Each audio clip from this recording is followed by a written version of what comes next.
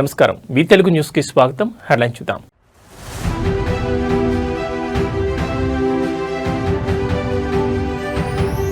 జనవరి 3న కొండగట్టు అంజన్న ఆలయానికి పవన్ కళ్యాణ్.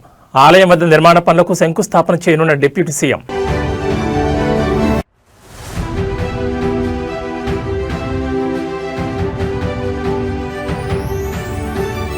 నల్గొండ జిల్లాలో రైతుల ఆందోళన. స్లాట్ బుక్ చేసుకున్న అందని యూరియా.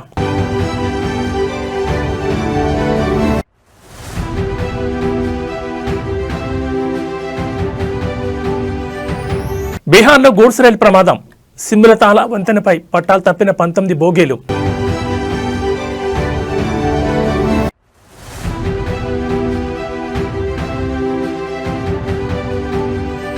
విమానంలో ఆర్డీఎక్స్ అమర్చినట్లు మెయిల్.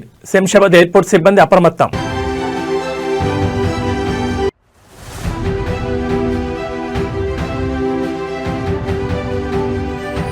తిరుమలలో కొనసాగుతున్న భక్తుల రద్దీ. శ్రీవారి దర్శనానికి సుమారు 16 గంటల సమయం.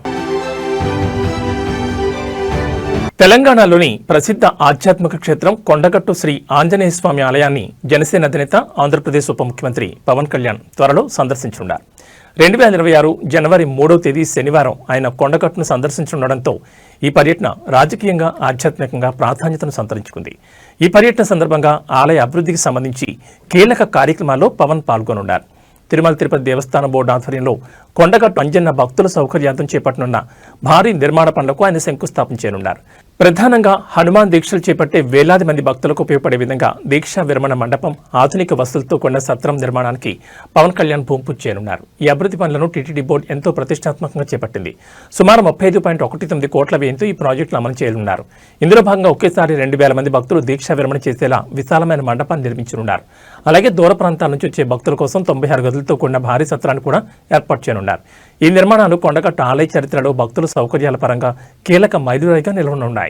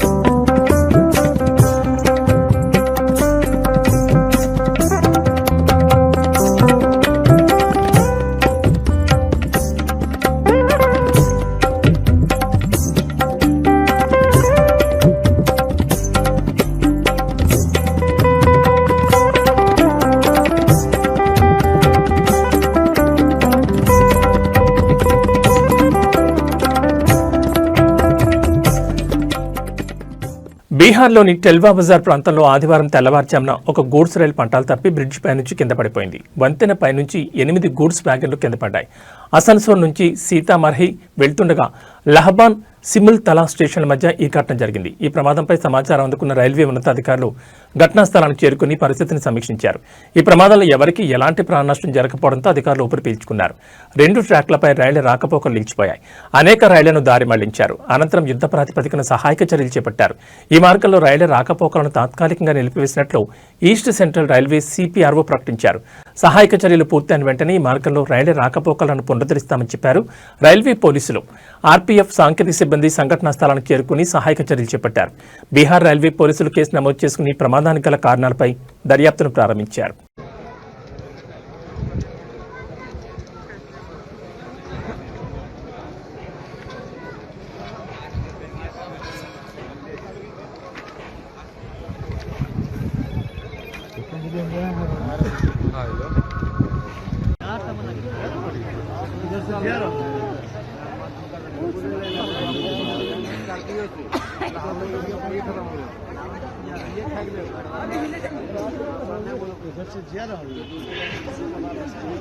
आप रन से ही मार रहे हैं ना। दुइये ब्लॉक हो गए, दो तो ऊपर में मलगड़ी है।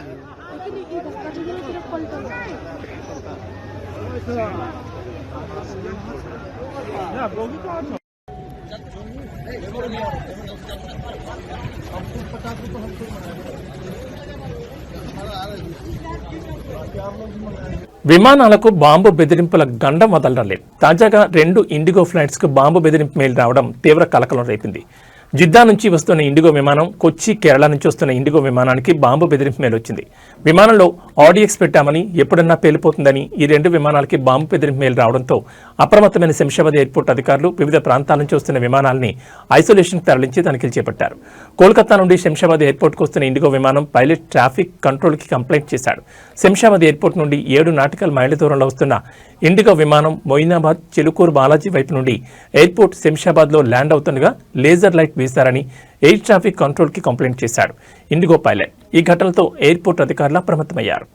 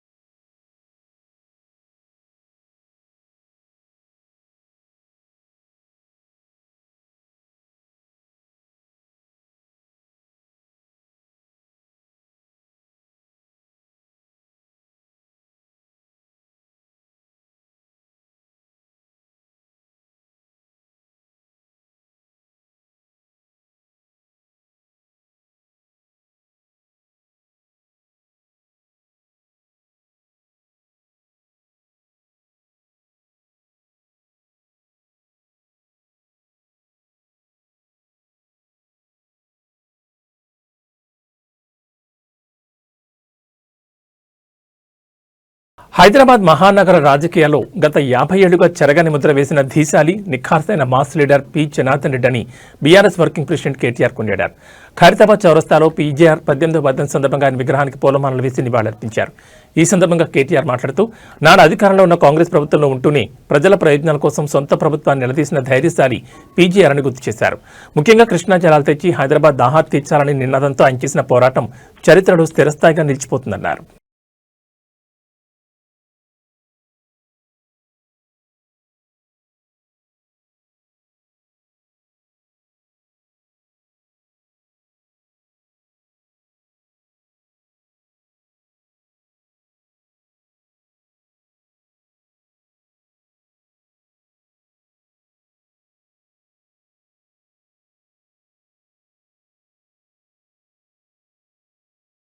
నల్గొండ జిల్లా మర్రిగూడ మండలం రాంచాపేట తాండాలోని గ్రోమర్ సెంటర్ వద్ద శనివారం ఉద్రిక్తత చోటు చేసుకుంది.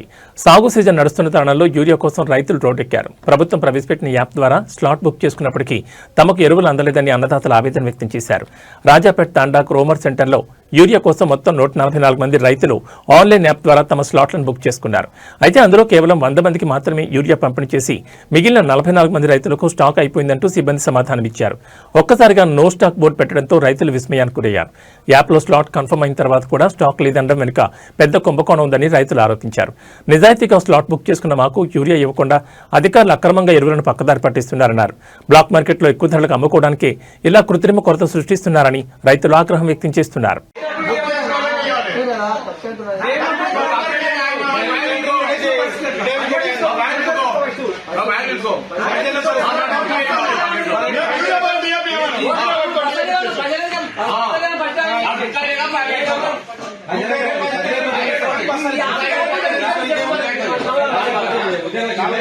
తిరుమల కుప్పం గ్రామంలో ఉద్రిక్త పరిస్థితులు నెలకొంటున్నాయి. తమ గ్రామానికి ఆనుకుని ఉన్న కొండల వద్ద ఏర్పాటు చేస్తున్న స్టోన్ గ్రావెల్ క్వారీలను గ్రామస్తులు వ్యతిరేకించారు. క్వారీల వల్ల పర్యావరణం దెబ్బతినడమే కాకుండా తమ జీవనోపాధికి ముప్పు వాటిల్తోందంటూ స్థానిక గ్రామస్తులు ఆందోళన వ్యక్తం చేస్తున్నారు. క్వారీ నిర్వహణకు వ్యతిరేకంగా నినాదాలు చేస్తూ పనులకు వెళ్తున్న వాహనాలను గ్రామస్తులు అడ్డుకున్నారు. మహిళలు, వృద్ధులు సైతం రోడ్డుపై బైఠాయిస్తూ తమ నిరసన వ్యక్తం చేస్తున్నారు. గత కొద్ది రోజులుగా ఇక్కడ పగలు, రాత్రి అనే తేడా లేకుండా యంత్రాల శబ్దాలు, భారీ పేలులతో ఊరంతా వణికిపోతోందని, దుమ్ము ధూళి వల్ల శ్వాసకోశ సమస్యలు తలెత్తున్నాయని బాధిత గ్రామస్తులు ఆవేదన వ్యక్తం చేస్తున్నారు. గ్రామంలో అక్రమంగా కొనసాగుతున్న ఈ మైనింగ్ కార్యకలాపాల పట్ల అధికారుల తీరుపై స్థానికులు తీవ్రస్థాయిలో మండిపడుతున్నారు. నిబంధనలకు విరుద్ధంగా క్వారీ నిర్వహిస్తున్న అధికారులు నిద్రమత్తులో ఉన్నట్లు నటిస్తున్నారని వారు ఆరోపిస్తున్నారు. మైనింగ్ మాఫియాకు కొందరు అధికారులు సహకరిస్తున్నారని, అందుకే ఫిర్యాదు చేసినా పట్టించుకోవడం లేదని గ్రామస్తులు ఆగ్రహం వ్యక్తం చేస్తున్నారు. రెవెన్యూ, మైన్స్ శాఖ అధికారులు స్వయంగా క్షేత్రస్థాయికి వచ్చి పరిశీలించి ఈ క్వారీలను తక్షణమే నిలిపివేసే వరకు తాము ఆందోళన విరమించే ప్రసక్తే లేదని వారు భీష్మించుకున్నారు. గ్రామస్తుల ఆందోళనతో అక్కడ పరిస్థితి సెగలు పుట్టిస్తోంది.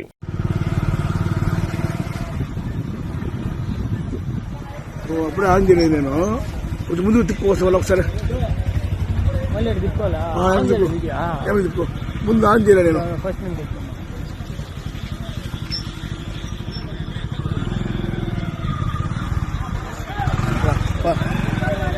నేను కదా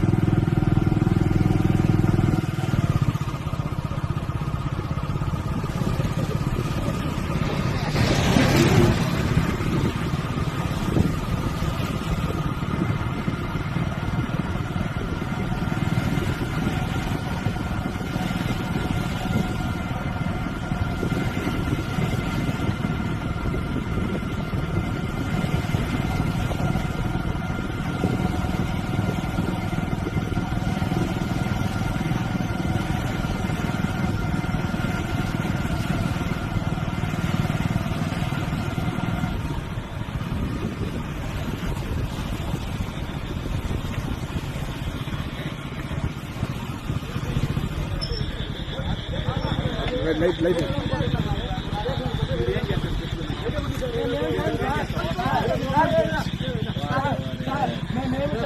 మేము అంతలాగా మేము బాగా డబ్బులు వ్యక్తి పలుకులు మేము సామాన్యమైన ప్రజలము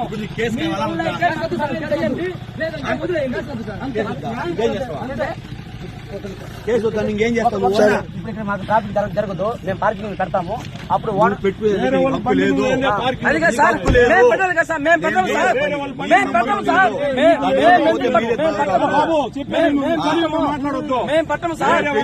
నీకు లేదు, నాకు లేదు అధికారం.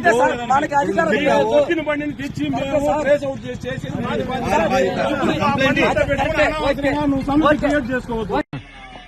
మేము గ్రామస్తులు ప్రతి ఒక్కరూ ఎన్నోసార్లు టిప్పుల వాళ్ళతో మాట్లాడడం జరిగింది. కానీ వాళ్ళు ఏమి మాట్లాడినా సమాధానం లేదు. అతి వేగంతో పోయడం వల్ల ఈ రోజు ఒక పిల్లోడు బండి ఆపి అడిగితే సమాధానం లేదు, బండి తట్టేసి వెళ్లిపోయారు. అతను ప్రాణాపాయ స్థాయిలో ఉన్నాడు, హాస్పిటల్లో ఉన్నాడు, కాపాడే దిక్కు లేదు. ఈ టిప్పర్లు యాడికి పోతున్నాయి, ఏ కోరి నుంచి వస్తున్నాయి ఎవరికి తెలియదు. అక్రమ రవాణాలను వెంటనే సుమారు ఒక రోజుకి 100 నుంచి 150 టిప్పర్లు పోతున్నాయి, డే అండ్ నైట్. ఎక్కడికి పోతున్నాయి, ఎందుకు పోతున్నాయి, లైసెన్స్ ఉన్నదా లేదో తెలియదు. ప్రజలు భయంతో భయపడుతున్నారు. రోడ్లో నిలబడాలంటే కూడా చాలా ఇబ్బందిగా ఉంది. నేషనల్ హైవే మారిపోతున్నారు. ప్రతి టిప్పర్కి పట్ట కట్టిపోతున్నారు. ఎక్కడికి పోతా ఉంది? అడవి కట్టి కేబీఆర్ జడ్పీఏ స్కూల్ కి పిల్లలు రోడ్డు మీద నడుచుకుంటున్నారు. భయాందోళనతో భయపడుతున్నారు. ఎన్నోసార్లు చెప్పాం, పట్టించుకోలేదు. ఆపాలి ఆపాలి ఆపాలి ఆపాలి ఆపాలి ఆపాలి లైసెన్సులు రద్దు చేయాలి.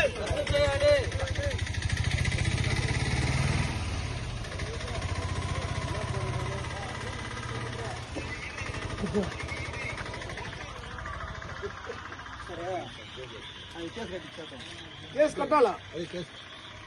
కేసు కట్టాలా?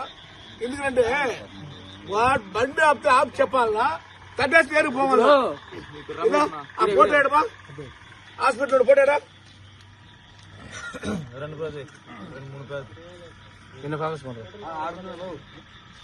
నగర్ దగ్గర వచ్చి సుమారు 2-3 గుద్దేసిపోయాడు. అదే మనకి జరుగుతుంది.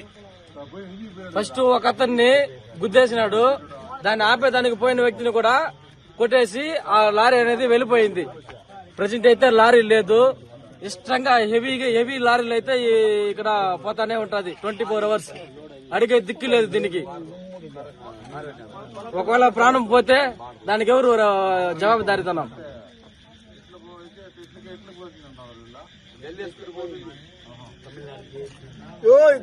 గ్రామంలో పోయి ఎక్కువ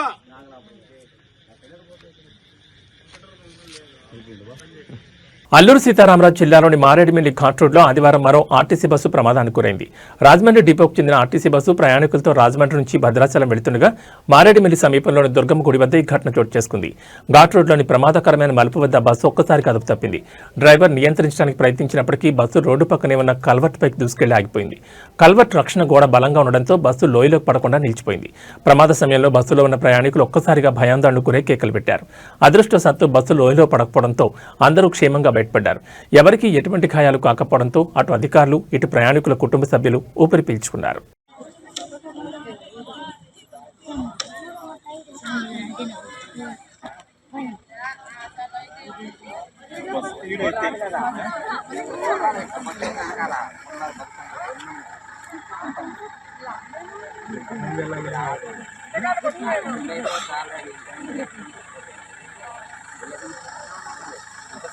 సంవత్సరం ముగింపు వరుస సెలవుల నేపథ్యంలో తిరుమలలో భక్తుల రద్దీ పెరిగింది. వివిధ ప్రాంతాల నుంచి వచ్చిన భక్తులతో 16 కంపార్ట్మెంట్లు నిండిపోయాయి.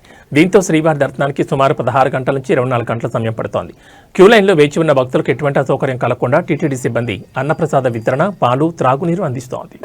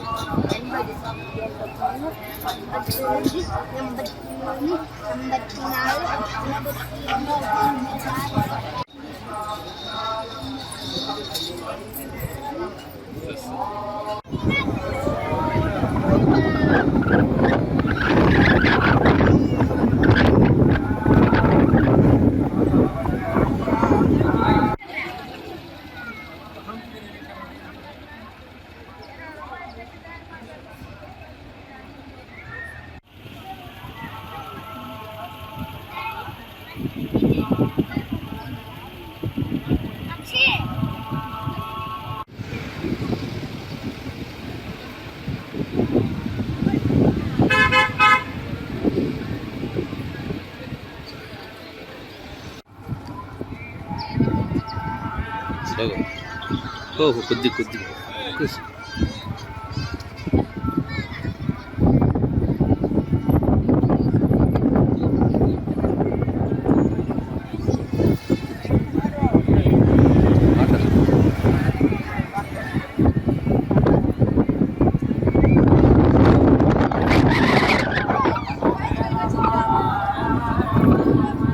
టీవీకే పార్టీ అధినేత దళపతి విజయ్ సంచలన నిర్ణయం తీసుకున్నారు. సినిమాకు గుడ్ బై చెప్పారు. ప్రస్తుతం చేస్తున్న జననాయకన్ సినిమానే తన ఆఖరి మూవీ అని ప్రకటించారు. ఇంతకాలం తనకు ఇండస్ట్రీలో సపోర్ట్ చేసిన అందరికీ ధన్యవాదాలు చెప్పారు. తనను ఇంతలా అభిమానించిన ప్రేక్షకులకు కృతజ్ఞతలు చెప్పారు.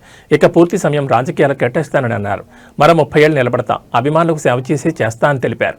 ప్రజల్లో ఉండడానికి సినిమాలకు స్వస్తి చెప్తున్నానని విజయ్ స్పష్టం చేశారు. కాగా ఇటీవల జననాయకన్ సినిమా ఆడియో విడుదల వేడుక మలేషియా రాజధాని కౌలాలంపూర్లో జరిగింది. రాజకీయాలకు ప్రవేశించిన విజయ్కి ఇదే చివరి చిత్రం కావడంతో అభిమానులు పెద్ద ఎత్తున తరలివచ్చారు. వినోద్ దర్శకత్వం వహించిన ఈ సినిమా జనవరి 9న విడుదల కానుంది. ఈ సినిమాకు అనిరుద్ధ్ సంగీతం అందించారు. కాగా ఇప్పటికే రాజకీయాల్లో యాక్టివ్ అయిన విజయ్ వచ్చే ఎన్నికల్లో తమిళనాడులో ఒంటరిగా పోటీ చేయబోతున్నట్లు కూడా ప్రకటించారు. దళపతి పూర్తి స్థాయి ఎంట్రీతో తమిళ రాజకీయం వేడెక్కనుందని రాజకీయ విశ్లేషకులు భావిస్తున్నారు.